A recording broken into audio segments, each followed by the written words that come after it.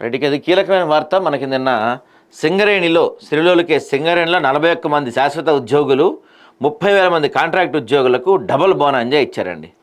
So 71,000 మంది కార్మికులకు లబ్ధి. తెలంగాణ సాధనలో సింగరేణిది ప్రత్యేక పాత్ర.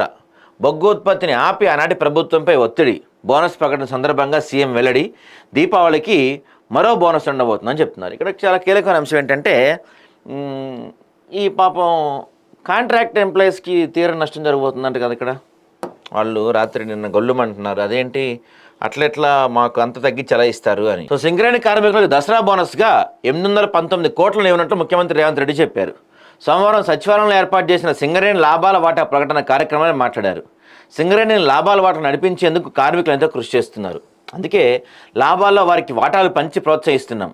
కార్పొరేట్ కంపెనీలతో పోటీ పడేలా సంస్థను తీర్చిదిద్దాం. గత ఆర్థిక సంవత్సరం మొత్తం లాభాలు 6,394 కోట్లు. ఇందులో 4,034 కోట్ల భవిష్యత్ పెట్టుబడులు కేటాయించాం.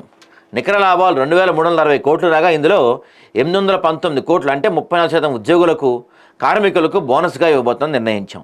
గతేడాది 30,000 మంది కాంట్రాక్ట్ కార్మికులకు 5,000 చొప్పున బోనస్ ఇవ్వగా ఏడాది 5,500కు పెంచారంట. 5,500 అంటే ఏ మూలకు వస్తుందండి? పండక్కి దసరా పండగ ఉంది కదా, 5,500 రూపాయలు అంటే ఏ మూలకు వస్తుంది? దట్టు ఇప్పుడు ఈ మామూలు ఎంప్లాయీస్ కాంట్రాక్ట్ ఎంప్లాయీస్కి తేడా ఏంటి?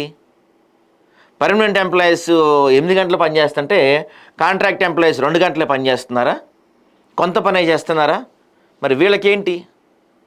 దీంతో పాటుగా ఈ బోనస్ ఇవన్నీ కూడా రిటైర్డ్ ఎంప్లాయీస్కి కూడా కొంత ఇస్తే బాగుంటుందని చెప్పి వాళ్ళు కొంత డిమాండ్లు వ్యక్తం చేస్తున్నారు. వాళ్ళ పరిస్థితి కూడా ఒకసారి ఆలోచించాలని చెప్పి కోరుతున్నారు. మరి అది కూడా ఆలోచించట్లేదు మీరు.